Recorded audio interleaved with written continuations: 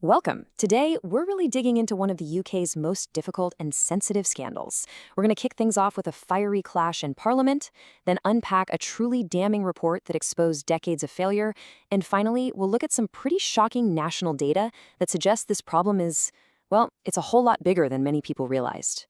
Okay, let's dive right in. We're starting in the thick of it, the House of Commons. An independent MP stands up and lobs this bombshell of a question at the Home Secretary. He's not just talking about abuse happening in the UK. No, he's alleging that these victims are actually being trafficked overseas. And this is really the heart of the conflict, isn't it? You've got the MP, Rupert Lowe, coming in hot with findings from his own inquiry, one that was literally funded by the public. On the other side, the Home Secretary acknowledges how awful it is, but basically says, we have our own official inquiry, use those channels. You can just feel the tension right there, a grassroots, people-powered investigation going head-to-head with the formal government process. So that begs the question, what are these two different inquiries? What's the story with them? Let's break it down. You can see there are two totally different approaches at play here. The independent inquiry, it's fueled by public anger and frustration, and it's aiming for direct, swift action through private prosecutions. And then you have the official state-run inquiry.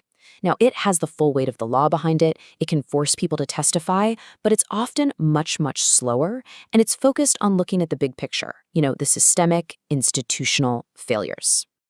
So why did the government finally launch its own massive inquiry?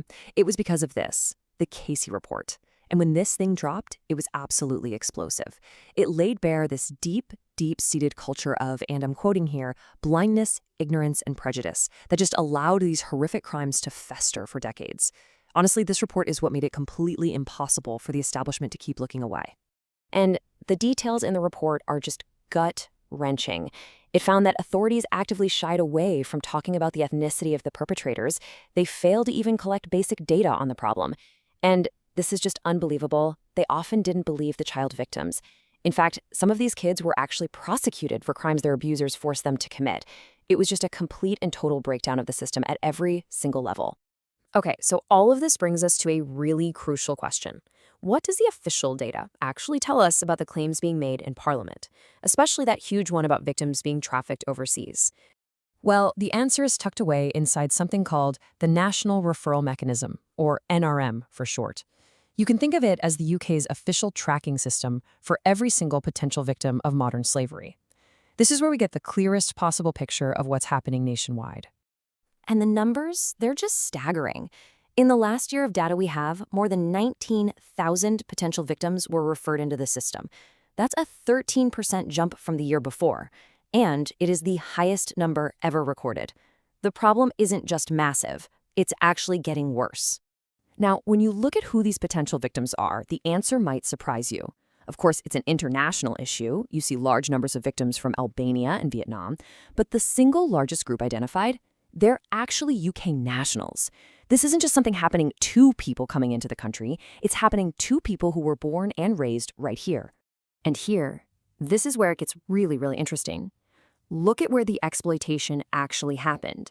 For the very first time, the number of victims who reported their abuse happened exclusively overseas was higher than the number who said it only happened in the UK. That is a huge, huge shift in the data.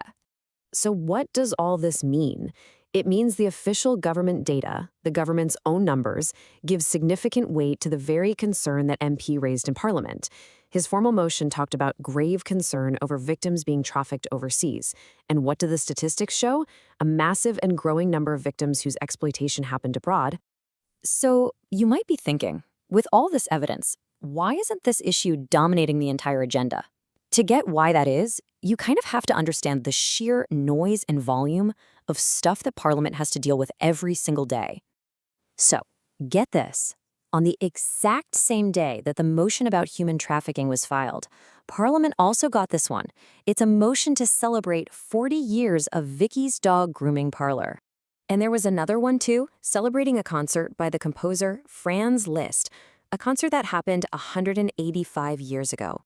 Now look, it's not all local anniversaries. On that same day, there was also a motion demanding an inquiry into Jeffrey Epstein's links to the UK.